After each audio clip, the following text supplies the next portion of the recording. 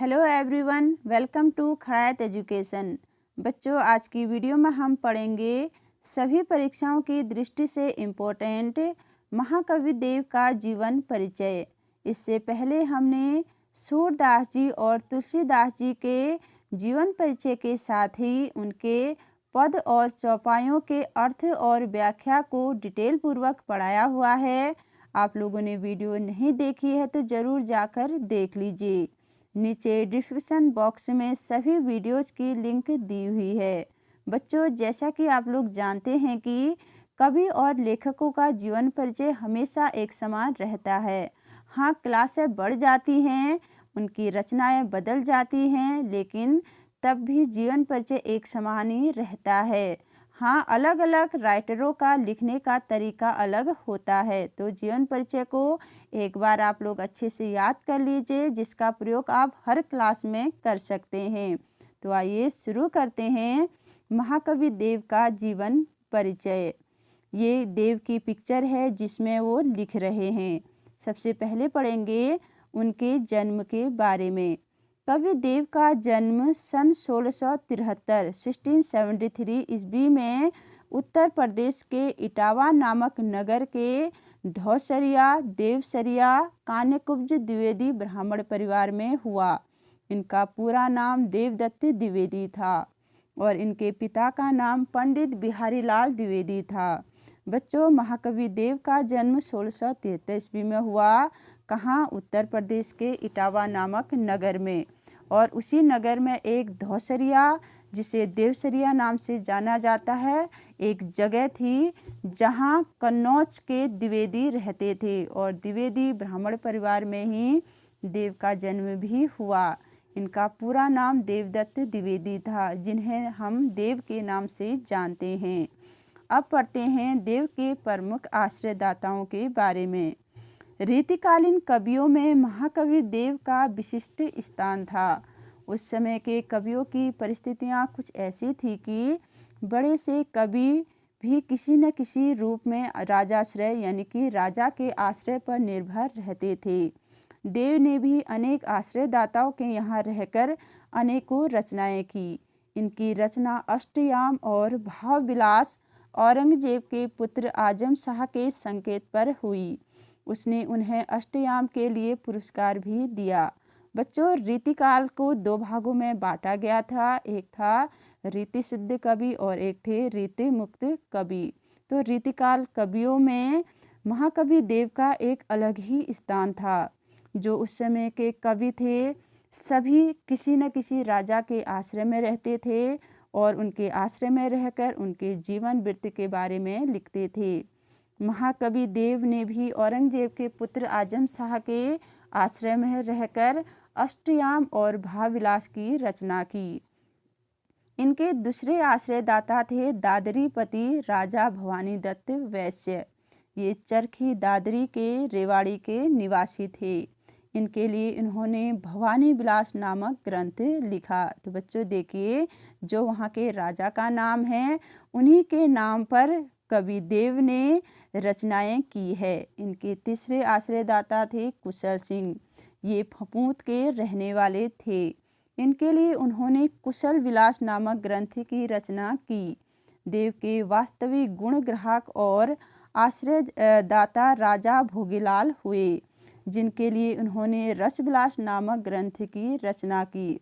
बच्चों, महाकवि देव अनेक आश्रयदाताओं के यहाँ रहे। वहीं रहकर उन्होंने रचनाएं भी की, लेकिन सबसे अधिक सम्मान मिला इन्हें राजा भोगीलाल के यहाँ, जहाँ रहकर इन्होंने रसविलास की रचना की। उनकी कृति प्रेमचंद्रिका ड्योढ़िया खेड़े के राव उद्योत सिंह को समर्पित है। सुजान सिंह विनोद की रचना दिल्ली के रईस सुजान मणि के आश्रय में हुई। इनकी अंतिम रचना सुख सागर तरंग पिहानी के राजा अली अकबर खां के आश्रय में लिखी गई। तो बच्चों, इनकी अंतिम रचना है सुख सागर तरंग। अब पढ़ते हैं इनकी मृत्यु के बारे में। महाकवि देव अपने अंतिम समय तक अनेक राजाओं के आश्रय में रहे। 94 वर्ष की आयु में सन 1768 ईस्वी में उनका निधन हो गया। अब पढ़ते हैं बच्चों इनके काव्यगत विशेषताएं। देव रीति सिद्ध कवि थे। जैसे कि पहले बताया है कि रीतिकाल को दो भागों में बांटा गया था। एक था रीति मुक्त कवि, दूसरे थे रीति सिद्ध कवि। रीतिकालीन कविता का संबंध दरबारों आश्रयदाताओं से था, इस कारण उसमें दरबारी संस्कृति का चित्र अधिक हुआ है। देव भी इससे अछूते नहीं रहे, किंतु वे इस प्रभाव से जब जब मुक्त हुए उन्होंने प्रेम और सौंदर्य के सहज चित्र खींचे हैं। उन्होंने अपने काव्य में कवित्त, सवैया, दोहा, घनाक्षरी आदि छंदों का प्रयोग खुलकर किया है। अलंकारिकता एवं श्रृंगारिकता उनके काव्य की प्रमुख विशेषताएं हैं। बच्चों, उन्होंने अपने काव्य में छंदों का खुलकर प्रयोग किया और अलंकारिकता और श्रृंगारिकता ही उनके काव्य की प्रमुख विशेषता है। अब पढ़ते हैं बच्चों मोस्ट इम्पोर्टेंट प्रमुख रचनाएं। देव की रचनाओं की संख्या 52 से लेकर 72 तक मानी जाती है, जिनमें से प्रमुख रचनाएं इस प्रकार है। तो बच्चों, देव की जो रचनाओं की संख्या थी 52 से लेकर 72 तक मानी जाती है। अभी प्रूफ नहीं हुआ कि इतनी होंगी, सिर्फ मानी जाती है, जिसमें से प्रमुख इसमें दी गई है।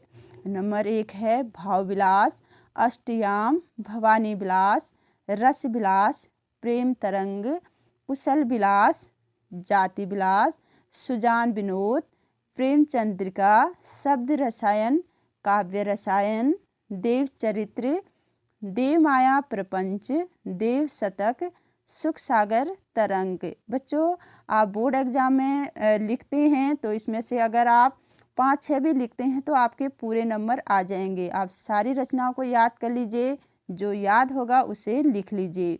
और सबसे इनकी रचना जल्दी याद करने का तरीका है, इनकी रचनाओं के अंत में अधिकतर विलास है, तो आप इस तरह भी टिक लगाकर इसे याद कर सकते हैं। अब पढ़ते हैं बच्चों इनकी भाषा के बारे में। महाकवि देव ने अपनी रचनाओं में ब्रज भाषा के साथ यत्र तत्र राजस्थानी, बुंदेलखंडी, अवधी शब्दों का प्रयोग भी किया है। इसके बाद भी सर्वत्र अनुशासन ब्रज का ही है। बच्चों, इनकी प्रमुख भाषा है ब्रज, लेकिन कहीं कहीं पर राजस्थानी, बुंदेलखंडी, अवधी का शब्दों का प्रयोग भी किया गया है। शैली, उन्होंने अपने काव्य में सरल और परिमार्जित शैली का प्रयोग किया है। उन्होंने कवित्त और सवैया छंदों के माध्यम से काव्य को अभिव्यक्त किया है। तो बच्चों, इनकी भाषा शैली बहुत सरल और परिमार्जित है। कवित्त और सवैया छंदों का माध्यम से इन्होंने अपने काव्य को अभिव्यक्त किया है, बल्कि इस पूरा काव्य इन्होंने छंदों को माध्यम बनाकर लिखा है। तो बच्चों, कैसी लगी आपको ये वीडियो?